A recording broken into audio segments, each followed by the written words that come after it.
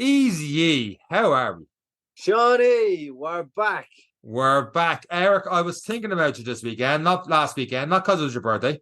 I hope I had my Because clothes on. yeah, you were about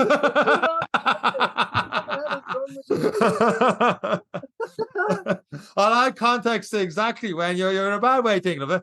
But I did the NACE 5K 10K event. Well, by 5K 10K I did a 5K, and of course trying to build myself back up to the marathon, I thought it'd be a good idea to run down it. There, so around 13K from the house to get down there, and absolutely soaked, drenched. And when I got down there, I was like, you know what, I think I'm going to go for a threshold here, see what it is. So one of the girls, Roisin, was doing it. She's like, what are you doing? She's like, oh, I'm not racing today. I'm just going for a 440. I was like, I'll stick with you in a 440 for as long as I can. But coming back from injury, I don't know how long I can hold the 440 for, but we'll see. Man, after a kilometer, the kilometer felt like it was 15 minutes going by. I'm like, I'm struggling here. I was like, oh, just do this, aim for sub 20. I'm nowhere close now. By the 2 kilometer, and lucky I said it before, I was like, if I get tired, I'm going to point you to go ahead. By 2 kilometers, I pointed her, she went ahead. I got a good pace once, and that's because of the guy taking photo, and I had to look good for that. And after that, I was the exact same as I was for 13K. I was doing the 5:30, 5:40 pace. I genuinely don't even know my 5K time for the event. I was just like, oh, I can't believe this is done. It was 18K. It was a good training day. But the reason I am telling you about this, not because of the weather, not how drenched it got, not because Neve's car failed to start afterwards, we had to get jumped on the way home, is I did a 5K race and I got by far the nicest 5K medal I have ever seen in my life.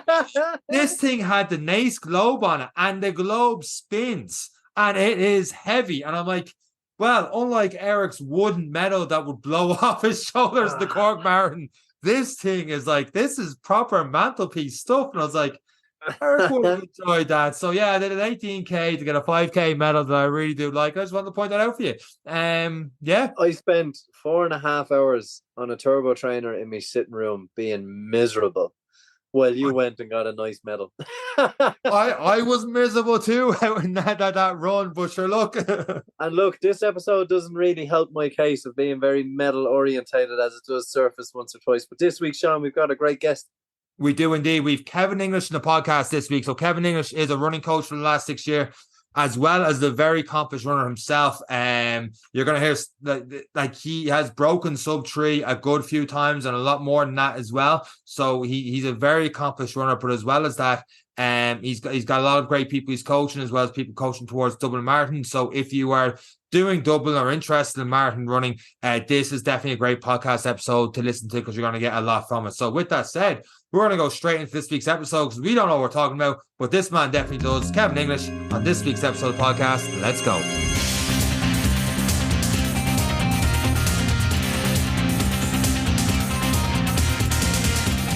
So this week on the Any Given Run Day podcast, we have a running coach who coaches athletes that are regularly on podiums that I do see on his Instagram page. I've been dying to have him on the podcast for quite a while, as well as being an accomplished runner himself. Kevin English, welcome to the Any Given Run Day podcast. How are we getting on?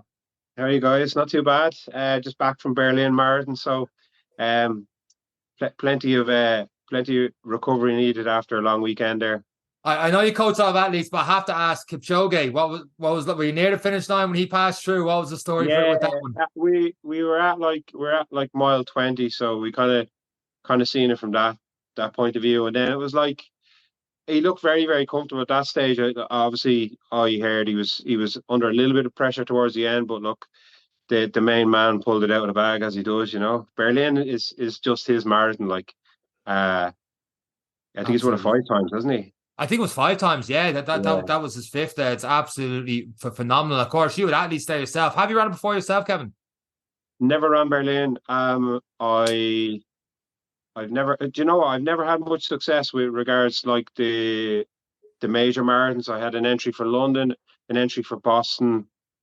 I had one other one, and I just either got injured, or at the time I just didn't feel I was ready to do it. Now, when I look back now, I probably would have just ran Boston for the experience. Back then, it was probably a little bit more too intense and kind of like, it has to be such a time or a PB, and I think that's something I kind of bring into my coaching a little bit now, where try and work on the psychology with the runners in terms of like you don't always have to be thinking of times and splits and PBs, and it's just the way of the world now, isn't it? Like the watches here, the splits are right there as you see them. Like I ran my first marathon. I didn't wear a watch. It was one of my best marathons I ever ran. Like, I think it's a lot of overthinking and stuff now, isn't it? It's just, and you see like celebrities and stuff pausing the watch and going again. You see their total elapsed time, and I remember during 2020 where they did something like that. But you've run a lot of marathons throughout this country anyway, and have done phenomenally yourself over here. Yeah, look, I suppose like I think it was like maybe 2015 around my first one. My background, I would have worked in running shops for a long time, and I suppose typically a customer will come in and like at the time I was probably running like 50 or 60 miles a week, nice steady mileage and training maybe for 5K, and a little bit of track steeplechase would have been my event on the track. But people come in, they say to you, "Oh, hi Kevin, have you done a marathon?" And I'd say no, and it's almost like a killer for the conversation. It was like they just totally blank you then, like at one stage I think I'm not sure, but I think I just got so sick of it. I just said, "Yeah, I have ran a marathon," but I'd ran a marathon in training, so I didn't really elaborate, Yeah.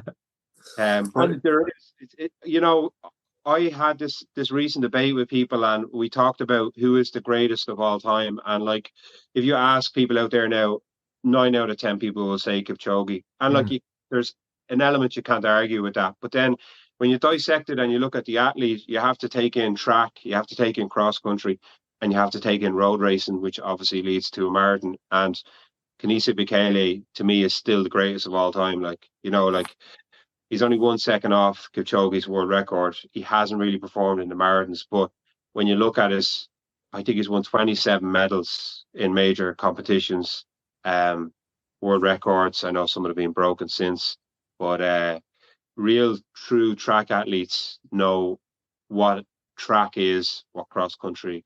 Look, they're all equally as good, but I think there's a marathon mania on at the minute. Like everyone just is, you have to run a marathon. And look, even beyond that now, like I had a guy I coached there recently, Wayne, for 100K. New experience for me as a coach. Like you're learning as you go along as well. And I think people, it's almost like, say 10 years ago, you said I ran a marathon, people go, "No way." And then you say 3 hours 59 and they hear three. Doesn't matter if you're on 301 or 359. Yeah. So, that's the way it is. That's the way the world is now, And look, it's great to see so many people out running. As a coach, look, I'm not going to argue if someone comes to me and they just want to do a marathon, but I'm always trying to not fear people away, but maybe like spend maybe 3 to 6 months of a year, working on the shorter distances, getting your speed up, and then when you do go up in the longer distance in your marathon, you'll see it's so much easier. You'll have just that cruising pace at easy runs. Do you think Kev, because sorry, Sean. Yeah, go I'm ahead. cut across You cut across. You haven't asked a question yet. This is important. I would say if you were to ask, right, so Kev, you take me on as a protege, right? Yeah. Tomorrow you say we're going doing a 5K best effort or we're going running a marathon. I'm saying I'll see it in 3 hours 59 minutes because I'm class. So what to you is the motivator? So obviously you said you feel it easier, but I still that dreaded 5K best effort. I still don't want to do it over a marathon. How do you encourage people to get into that short, sharp stuff, particularly over the winter and stuff? Or what's the best way you approach it to make it more enjoyable? Yeah, that's a great question. I think like the problem why people don't like 5Ks for me is they don't do enough of the kind of anaerobic or the really fast speed work or specific paces. It doesn't matter whether you're doing a 5K or you're doing a marathon. Like if your goal is to run 3 hours for a marathon, you're running 6:52 or 4:15 a kilometer. So it's the same with a 5K. You take someone that wants to break 20 minutes and they're at 22 minutes. They probably shouldn't be practicing their pace at 4 minutes yet. They should be just going maybe from 22 to 21 and then trying to work their way down. But it's like everyone wants it now, and they can't. Yeah. They want it. They want everything now. And like the 5K, I've had guys and girls that, particularly that sub 20, it seems to be a big one with people. And they run 20:03, and you just go, oh, you just have it like, and they go the next time they go 20:09, and you kind of go, whereas I think with the marathon, it's horrible. And with the marathon, I think you definitely, I'll know what sort of shape someone's in. I think the 5K can get people mentally big time. 3K, 4K in, the head goes, and that's it. Whereas I think with the marathon, you might go through a bad patch, but you can come out of it and then get going again. You are speaking my language. On the watch, the closest I've got now. Now it was a race was 2020, but on the watch it said 20:03, and that was the closest I've gotten to break a sub 5K. And I'd rather do a marathon. I can come through that bad patch. I don't blame people, but when you get into that 5K fitness where you're in PB shape, and the great thing with a 5K is you can run them every week. You could race for 5 weeks in a row. But a marathon, you're not going to do 5 marathons in a row unless you're a bit crazy. There is plenty of them people out there, like. They do. Yeah, they don't understand the points afterwards. Believe it or not, the reason why I was in Germany the weekend, I was working with a friend of mine who was putting on one of the biggest events I've ever seen. It's the Great World Race, and it's 7 marathons, 7 continents in 7 days. Oh, wow. Yeah. So he takes people from the Antarctica, you run the Antarctica Marathon, and you go from there, you go to Cape Town to Sydney to Turkey, and you run Turkey twice because you can get the European and the Asian. Brilliant. I get a 5-star hotel in Turkey. You don't get your teeth done. You go down to, I think it's Colombia, and then you finish in Miami. Jeez, that is phenomenal. And how long is that over?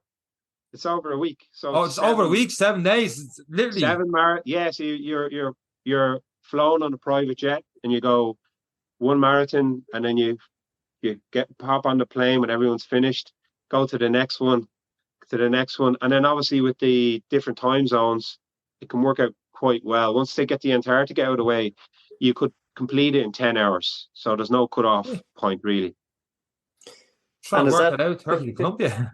I was just about to say, it's probably going to work out cheaper than the Dublin Marathon. Yeah, you can finish at the Dublin Marathon. I don't think it's quite as exciting as Miami. I was about to say it'd probably work out cheaper than the Dublin Marathon. A private jet and all, like, how much is a ticket for this event? It's 45,000. You know what the funny thing is? When you work it out, like if people are doing the major marathons, and the cost of going to all the major marathons is probably less money to do that race and get 7 marathons in. Yeah, plus 100%. 20K to do the 20K to do the Antarctica Marathon on its own.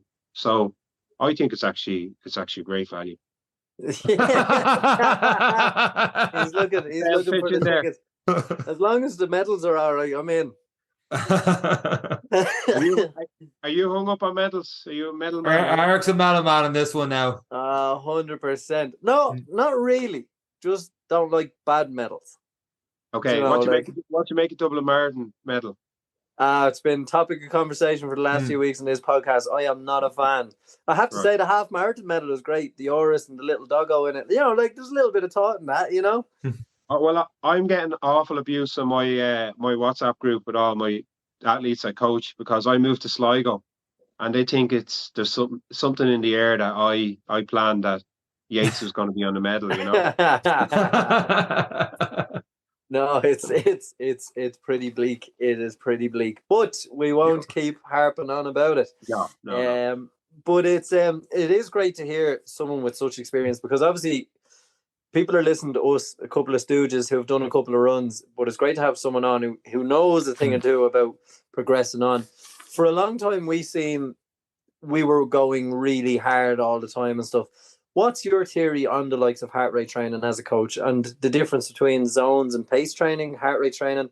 And how do you think, so obviously we're Dublin is upon us, so what people have done, they've done now at this stage, but as they look onto a new season, what are the kind of the key things you do for people to try and break that 4 hour, break that 4.5 hour, whatever it is they're doing? What do you think works the best?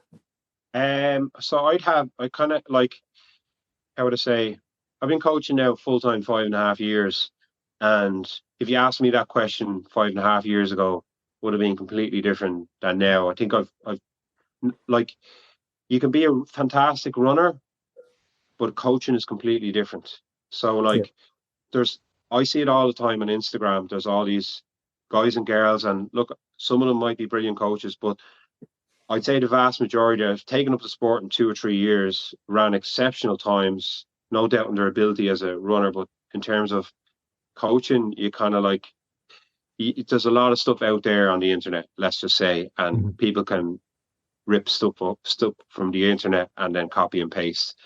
I'm kind of quite old school when it comes to training, in terms of like, heart rate is used to a point, but it's not everything. Like, I'll get people to take their heart rate in the morning time sometimes, just to check if they're, maybe I've a bit of a flu myself at the minute. But it's speaking to even Katrina McKiernan, and like, poor old coach, and we used to go to his coaching course, Joe Duna, and the first thing he would say when he met her was pulse. He just wanted to know the exact pulse. And if it was too high, he wouldn't allow her to do the session. So she was telling me she used to like lie the odd time. Get in, yeah. If it was within 5 beats, he allowed the session to go ahead. So sometimes it was 6 beats, you just say it was 5. Anyway, going back to kind of, I suppose the sub 4 hours is a massive one for me. I don't think there's anyone that I haven't coached that, if they come to me and said, I want to break 4, if they have any sort of athletic ability, or not even stubbornness, if they can stay consistent with the training, they should be able to break 4 hours. You get people that can run 18 minutes for a 5K and they can't break 4 hours for a marathon. And that, all that is just basically training their body to run at a slower pace. And sometimes the ego takes over and it says, I don't want to see a 6-minute K, or I don't want to see a 9-minute mile, So like, going back to like what works for me, I think each individual is different. So you will get John, who can do that 18-minute 5K and can't break 4 hours. Then I get Linda, who's 25 minutes for a 5K and can run 3:20 for the marathon. Yeah. It really does. You can work on, it is nice to get someone with that like speed orientated, like that potential, because you can train them the endurance side. Now, it does take sometimes a few years to really see that massive growth. And you'll see people, I've one girl, Susan, who's gone from 5'11" to 3:21. That's a big jump, but that is a big jump. That's taken 3 or 4 years. And then you might have, I think a lot of people do their slow stuff too fast. That's number one. And number two then is the sessions way too hard. So it's not specific to what their goal is. So, if it's that sub 20 in a 5K, you need to start practicing 3:55 to 4-minute K reps, or you might break them down to 400s, 500s, 600s. And there's so many ways to skin a cat, it really is. And then people like a bit of variety in the training too. So I tend to stick to what works, but then you can, with certain people, you can play around with little things. Like even the taper is quite an interesting one. I know one guy I coach, is the week of the marathon, he'll probably run 90 to 100K, which most people don't even do in a week. And then I'll have other people who just want to literally run 10 minutes 3 times in the week of the marathon, and that works for them. Is that a trial and error thing with them, Kevin, now, do you reckon? Or when you're coaching someone and they're like, I want to keep running closer to the marathon, they're 2 weeks, 1 week out, they feel like they're not ready. How do you work that? Or is it? You won't really make any fitness gains kind of like 18, 20 days out. What you're working on is the mind end. So you're getting people like to do specific pace, that their target pace is whatever event they're doing, whether they're doing a half or full or 10K, whatever it is. And that's just start to feel really comfortable, because obviously with intervals, you have to break in between. And then there's different ways of doing your intervals. I know some people who'll do like a static complete stop and they let their heart rate come down and then go again. I know another guy, James, I coach, phenomenal, 67 years of age, ran 3:04 for the marathon, hoping to break 3 in Dublin this year. And James, when I met him for the session, he wanted to keep running steady during the recovery. And I was saying, James, you need to pull back the recovery to allow you to get the quality in the session. And we started to really work on that now, and it's starting to hopefully take benefit in Dublin. And it does make a massive difference. I've even noticed, like, when I was starting on this Ironman journey, and it was like, no, I fell into that old habit of, even on the recoveries, because I'm not running as fast. I'm a slow runner at the minute. I won't run as fast as I ran my fastest, because I've just built myself to survive. I haven't been doing much speed work as fast as I've ran as 4-minute Ks. Whereas in marathon training, it was 325, 400 reps, trying to work on speed work. And this one's all about survival. But one thing I've noticed, and I've very much accepted, is walking is part of the game.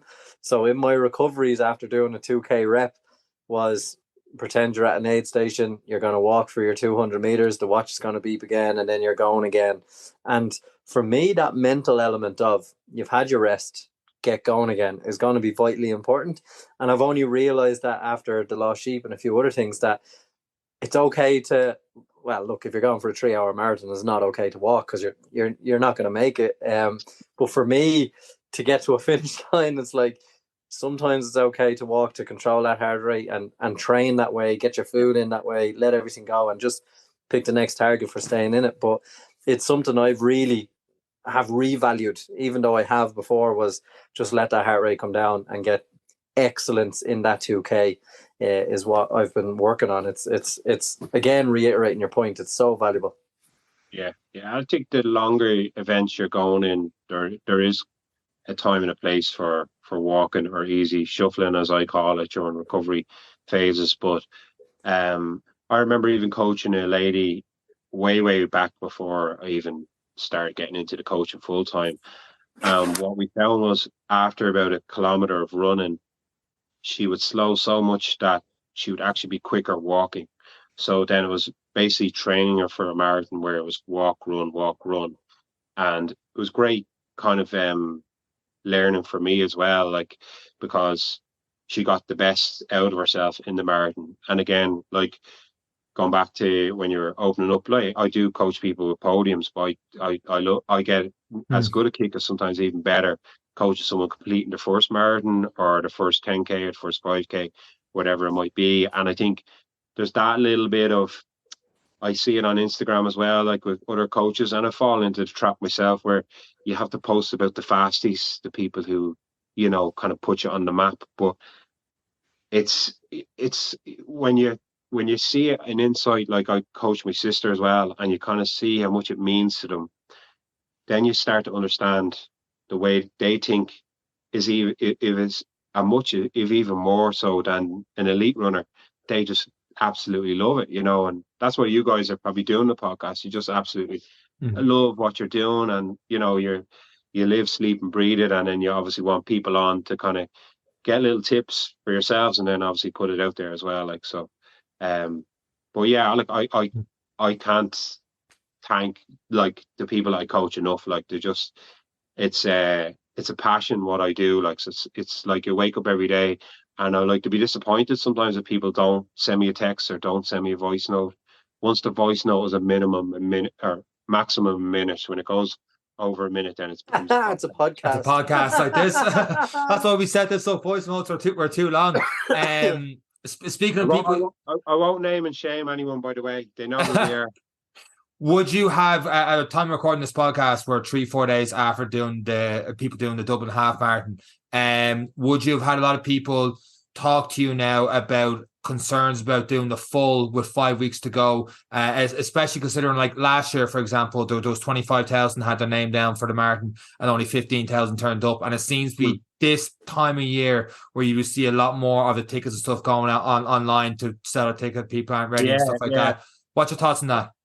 I'm lucky enough, like, I'd say, it's kind of my number one rule when we do the kind of introductory, and I'll do a FaceTime with someone for the first time before we start, and I'll always say to them, look, rule number one is don't get injured. So if you find a niggle or something, let me know. Don't tell me 2 weeks later when you're in a cast and you're on crutches. and it does happen. Like, so I've had one person just actually this week pull out of Dublin, unfortunately, and I probably have maybe one or two more. Touch wood, I won't, but it's just it's the beast of the marathon, isn't it? You're always on that red line, and you're kind of like pushing your body. How many long runs do you need to do? That's a good question. Depends on the kind of level of the person. If it's a first time marathon runner, I'd always like to get them up to 21 or 20 miles at least, and try and get two of them. But yeah, like I think the half marathon that was last weekend, it was great. I kind of don't really race people that regularly, so when they do race, they generally run a PB, which is great, and it just gives them that little bit of a momentum going into the last few weeks. And also, there will be a few people I had racing the half marathon the weekend where I didn't feel they were ready to race properly, so they would have just done like a 5K warm up, a 5K cool down, and done the half marathon at their specific marathon pace, and it's a good stimulus, and they get something out of it. And you know yourself what it's like in whether it's a park run or a race. The adrenaline is heightened. It's so much easier than if you're going out and if you're trying to do that workout. Although I had a lad do it today and he absolutely smashed it. You find the race day is so much easier because everyone's buzzing around you. Yeah, your mindset's in it. It's like you just that the start and finish line's there. It's a lot harder to pull yourself out of a race, stuff like that. You were talking about injury prevention a second ago. Are you a fan of cross training, using bikes, gyms? What kind of way would you bring that into your training? It's all about time efficiency as well. Like, so I had a girl who came to me once and said, I want to break 4 hours for the marathon, and I like got her background, and she said to me, I'm doing strength and conditioning 4 times a week. I was like, oh, that's great. And she says, it's definitely the reason why I didn't get injured. And I got, how many days are you running? She says 2. And I was like, I was a bit of a smart arse now. I just said to her, you're not going to get injured running 2 days a week. Now, at the same time too, like strength and conditioning is important, but then it's like typically you go down to like some clubs and triathlon clubs, and they might spend 45 minutes on dynamic warm up, and then the session's 20 minutes and 45 minutes, stretching and talking after. And I kind of go, you could have done a lot more in the actual session. So going back to like the makeup of your week, if you have a family, you're working 9 to 5 job, your kids are playing football on the weekend, and you're trying to fit in 3 days strength and conditioning, something's going to give. So I generally say twice a week is the perfect load if you're training for a marathon, and then maybe 5 weeks out, then you reduce it just to one day a week. And then obviously the quality then of your running is increased because, with strength and conditioning, you're damaging the muscle fibers they have to repair. So you have to then find a slot where that fits into your training for your running. If your running's number one, if you're a runner and you just want to look good, then it's different. You just do your strength and conditioning and tip away the running. But yeah, there's a good few of them out there, trust me. Yeah, I know one pretty well. With that, then, and people with being time efficient, do you find it's hard for people to go slower on their runs? I feel like they have to get a lot in. And would you be a fan of the 80-20 in terms of 80% slower runs? What do you think of that? 80-20 makes sense, and I think then if you're kind of intermediate to more advanced, it'll probably go more like 65-35, or 60-40. And then your body can take a little bit more of a hammering if you're running like 10-15 years. So gotcha. Kind of like I look back at my best times for the shorter distance was when I was 22, and I started running when I was 12. They say that it takes 10 years for your body to get properly conditioned in endurance events. So it kind of makes sense that I ran most of me. I probably found a love of drinking women then at 23, maybe. That's probably one good year. No, I definitely think you kind of you need a good few years for your body to kind of get used to it, and then you can change that 80-20, shift it the other way. I'm not saying you'll ever go 80% hard and 20% easy. That probably is more reflective like a 100 or 200 meter runner or a 400 meter runner maybe. So Yeah, like I think like going back to the sessions, I think it needs to be more specific to what you're doing. So if you're doing it, you know, trying to break 3 hours for the marathon, you want to be doing longer kind of sessions like 8 by a mile, you know, at 6:50, just slightly inside your marathon pace. And as you get fitter, maybe shorten the recovery. And then there's no need to kind of, as you get fitter, there's no need to kind of go 6:40 or 6:45. Why do you need to do that? Sometimes it's the ego again. Mm. So you probably need to, you know, maybe extend the amount that you're doing, reduce the recovery, or the two ways of kind of get more bang for your buck. And then you're not really taxing the body as much, you recover a lot easier. But if you're trying to do them at 6:15s, that's fine. You will get fit. You get fitter quickly, but then the line will go up and then it'll start to drop. So all during your marathon cycle, you're trying to just see the steady line come up, and then you'll have like 6 to 8 weeks where it stays the same, and then you'll have peak 2 or 3 weeks mileage, and then the last two, then you'll taper a small bit. But like going back to like even like one of the lads rang me there today, and he says you have 34K down the weekend. Last week we did 3 by 6K at 4:15 a kilometer with a 1K float. But like, why can't I do that session again this week? And I was like, Damien, you need to allow the body to absorb that 34K time and feet. I'm not saying you run like 6 minute Ks, but you might start at like 5 minutes and build into it. And then I said the last kind of 5K you could run like 4:25, 4:30, and there's a feel good factor to doing that. And then it's trying to peak an athlete then as well. Like you have different phases within your marathon cycle.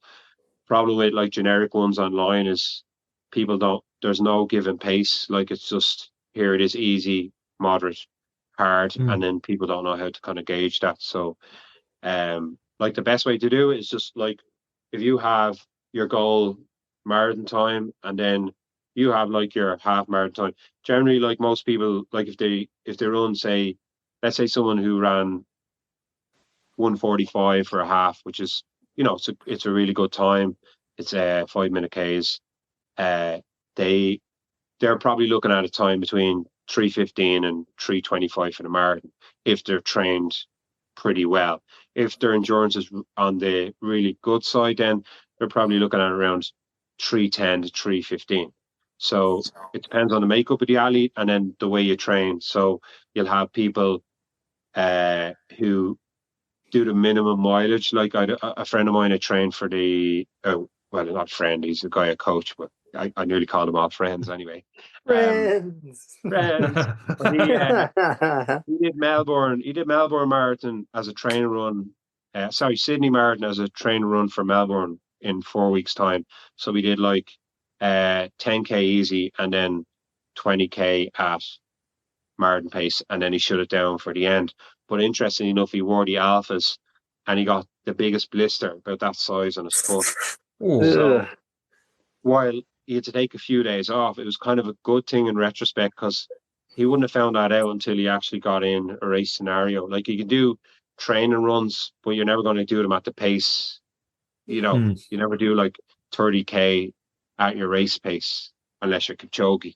And even at that, he probably doesn't even do that. So you're never going to find out until race day. So it's trying to find out all these little things like, you know, your gels and your footwear and your drinks are probably like three most important things, like finding out if they're suited to you in the build up to the marathon. Do you have a rule of thumb in terms of gels, waters? Like some people say every 5-6 kilometers, take a gel. Do you think that depends on the person? When for example, let's say Dublin Marathon coming up, or would you go with like, okay, by location, okay, you're heading up Stony Batter, get a gel into you then. What's your approach to that? Yeah, I think you need to have a plan. I think you need to practice it in training too. I'm not saying every single week you practice exactly the way you're going to do, but you'll only find out if it works for you by trying it in training. And like people just expect that these magic gels are just going to like fire them along the marathon on the day. Generally, I would say kind of every 40 to 45 minutes is kind of a good gauge, a good guideline as a rule of thumb. But everyone's different. And then I think Some people can tolerate more gels, and then some other people I might have them doing a carb drink, and if someone can meet them along the route is great. But I mean, the gels are like, obviously I'm going to promote Morton because I sell them, but like the Morton gels, there'd be no issues with the stomach with them. The texture is quite different, but I think with the amount of grams of carbs now they're able to put into a gel, you don't need to carry as many as you used to. You know, people are like Rambo with like 20 gels ready, ready to take off, and they've probably half a kilo of gels on their waist, like running. So yeah, they probably think the gels are doing a great job, but it was actually because they were losing weight as they were going along. It's getting a lot easier for a reason. But it is true that practicing nutrition is king, and it's something that we kind of take. Now, I have a bit of an iron stomach, and I've made every nutritional mistake possible. And like that, even in last year's Dublin Marathon, I was like, I've never had a Mars bar while doing a marathon, but this year, around 25k, Mars bar is what's going to save my life. And it nearly choked me to death for about 2 kilometers. So, where did you read that one? Nah, I just fancy the Mars bar, to be honest. I trained for 4 weeks. It wasn't exactly world beating, so it was but it was like that. It was just something different, you know, when people are handing out things on the side of the road. And I had one too many gels, and I was just sick of the gels. And someone was like, "Do you want a Mars bar?" I was like, "Oh, that sounds nice." But like licking caramel out of my teeth for about 3 kilometers. But like I know people who eat granola bars on the run. And I'm just like, I don't know how they do it. But that's one thing about Morton, and it's one thing I've noticed with them. It is a slightly different texture, but I found it so much easier to absorb it in. It's kind of like I eat it away and just take it over a kilometer, and it's just nice and easy. I've found them the less sharp, if that makes sense. A lot of gels can be quite sharp and tangy, and with them, it is a different texture. But I've just found it not as sharp is probably the best way I can describe it. Bland. They're kind of bland, a neutral kind of flavor, if you want to call it a flavor. It's like there's no flavor really, and I think they've kind of purposely done that. But look, all gels are really, they're sugar at the end of the day. But it's, I suppose, going back to preloading before the marathon. You know, everything happens 2 days before the marathon. So your sleep and your nutrition. I mean, I've had the worst night's sleep the night before with nerves, and you're moving around and you're thinking about it in your head. I only got 1 or 2 hours sleep before a marathon and have a great marathon the next day. But if you don't have a good sleep 2 days beforehand, you're screwed. If you don't carb load 2 days beforehand and rest up, you're screwed. You know, I take a group the last 2 years to Manchester, and one of the girls, Bernie, suffered badly with her nerves, you know, the night before, and God love her mate Aoife, she woke her up to tell her that she couldn't sleep. Imagine doing that. So she ended up having a great run, smashed her PB, and I kept saying, you know, you'll be fine on the day. She was actually thinking about pulling out. That's the way she was feeling like at the time, you know. But I think like I said, 2 days beforehand, if you get that right, a carb load, and then the night before, it's just something light in your stomach that when you wake up the next morning, you're not feeling bloated, heavy and bloated, you know. I'd have porridge in the morning of it, like not too thick, and slice of toast or something like that, and a bit of orange juice.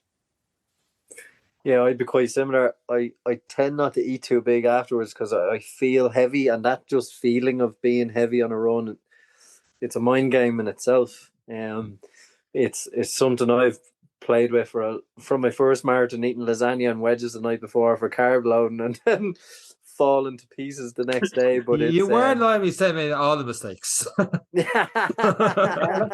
It's trial and error. It's trial and error. I think I've probably done so many things wrong. I think that's helped me as a coach. You know, like I did Clonakilty Marathon one year, and I remember the night before, and Ronan Wogan was with me. You know, Ronan, he runs My Run Results.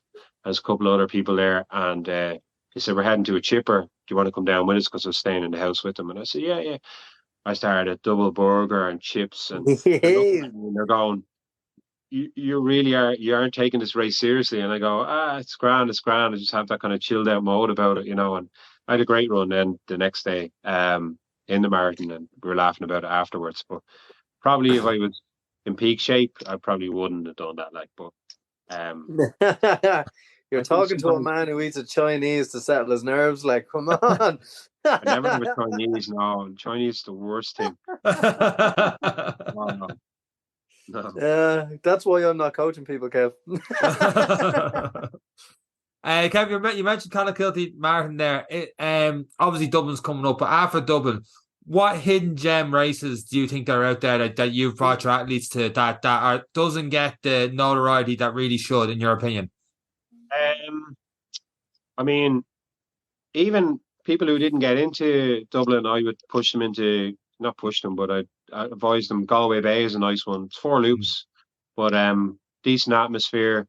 And then you have the 10K and a half marathon kicking off about an hour after the marathon finishes. So you get to run with more people then, that way. Clonakilty is good. It's had mixed reviews the last few years. I did the 10K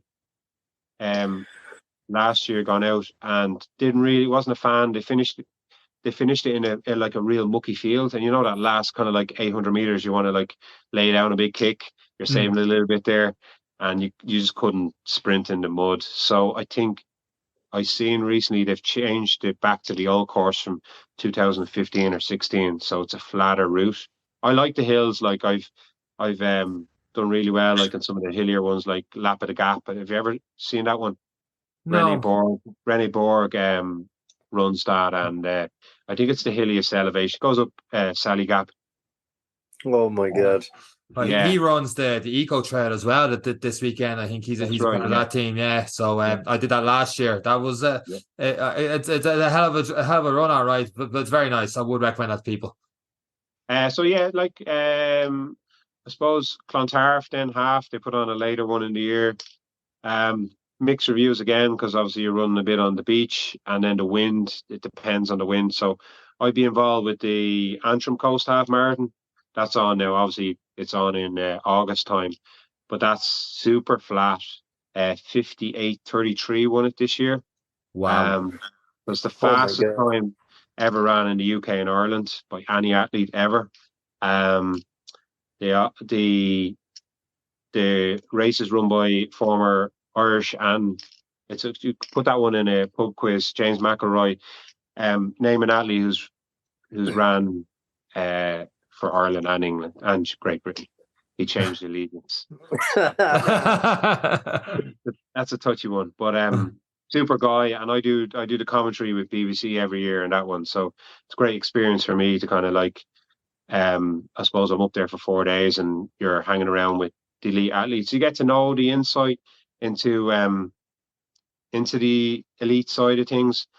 And one thing I kind of seen with them is, because they're so young, and I suppose they're being chaperoned around the world, and they have agents, and they have people doing everything for them. They just need to focus on the training, and then they turn up on the race and they deliver.